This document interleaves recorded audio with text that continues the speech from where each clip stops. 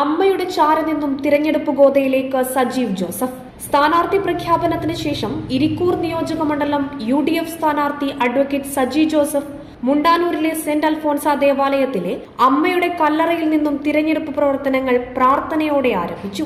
ഇടവക വികാരി ഫാദർ മാണി ആട്ടേൽ അനുഗ്രഹങ്ങളും പ്രാർത്ഥനകളും നേർന്നു. സ്ഥാനാർത്ഥിക്കൊപ്പം പിതാവ് ജോസഫ് AK, ജില്ലാ പഞ്ചായത്ത് അംഗം ജോജി വർഗീസ് വട്ടോളി, മണ്ഡലം പ്രസിഡന്റ് കുര്യാക്കോസ് മണിപ്പാടത്ത് തുടങ്ങി UDF നേതാക്കളും ഉണ്ടായിരുന്നു.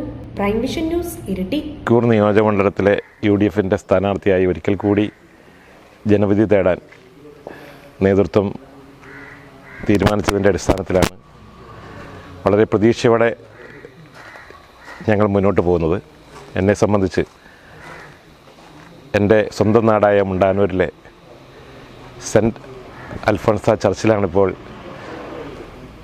ഞാൻ നിൽക്കുന്നത്.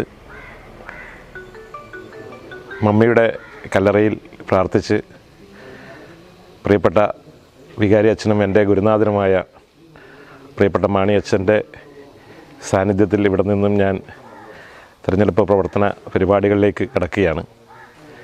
ഈ നിലകളിൽ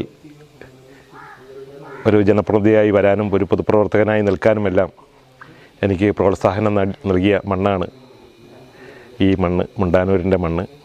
ഇവിടെ നിന്നും ഈ യാത്ര തുടങ്ങുകയാണ്. എല്ലാവരുടെയും അനുഗ്രഹമുണ്ടാകണം, പ്രാർത്ഥനയുണ്ടാകണം. ഇന്നലകളിൽ എല്ലാവരും നൽകിയ കക്ഷി രാഷ്ട്രീയത്തിന് അതീതമായി, ജാതിമത ഭേദവ്യത്യാസങ്ങൾക്ക് അതീതമായി ഈ നാട്ടുകാർ നൽകിയ എല്ലാ പിന്തുണയും ഇനിയും ഉണ്ടാകുമെന്ന് ഞാൻ പ്രത്യാശിക്കുന്നു.